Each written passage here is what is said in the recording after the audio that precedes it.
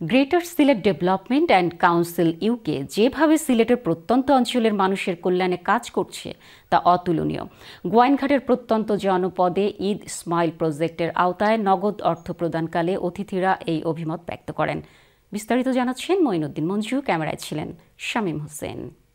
প্রধান অতিথি হিসেবে সিলেটের সীমান্তবর্তী একটি উপজেলা গোয়াইনঘাট। এই উপজেলার একেবারে প্রত্যন্ত জনপদ দেওয়ার গ্রামে সিলেট শহর থেকে সড়কপথে পৌঁছাতে সময় লাগে প্রায় ৩ ঘন্টা।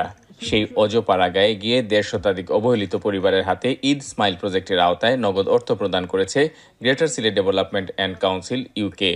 আমরা সাহায্য দিচ্ছেন, আমরা সাহায্য হয়ে খুব খুশি হয়েছি। ঈদ উপলক্ষে পাইছি, খুব খুশি হয়েছি। তারা আল্লাহ আরো দেখ দন আরো মাল দেখ, আমি খুশি হইলাম। আজকে এই প্রবাসীদের পক্ষ থেকে আমাদের এলাকায় আসিয়া যে সামগ্রী বিতরণ করছেন, আমরা সবাই অত্যন্ত আনন্দিত। নগদ অর্থ বিতরণ অনুষ্ঠানে প্রধান অতিথি ছিলেন সিলেট জেলা আইনজীবী সমিতির সাবেক সভাপতি অ্যাডভোকেট এমাদুল্লাহ শহীদুল ইসলাম। বিশেষ অতিথি ছিলেন সাংবাদিক, চিকিৎসক মুন্সি ইকবাল, বিশিষ্ট রাজনীতিবিদ আতিকুর রহমান, জালালউদ্দিন ও আব্দুল সালাম।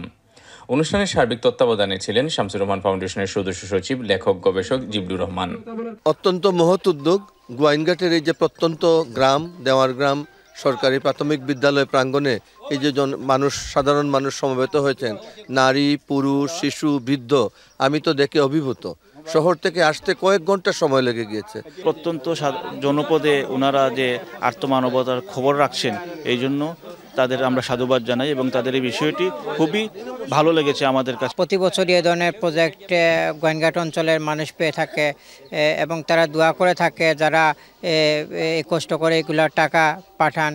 দেওয়ারগ্রাম সরকারি প্রাথমিক বিদ্যালয় প্রাঙ্গণে আয়োজিত অনুষ্ঠানে সভাপতিত্ব করেন বিশিষ্ট সালিসি ব্যক্তিত্ব মোহাম্মদ আলাউদ্দিন এবং সঞ্চালনা করেন জিএসসি সিলেট চ্যাপ্টারের সাংগঠনিক সম্পাদক Nazrul Islam. Moinuddin Manju, channel S news, Sylhet.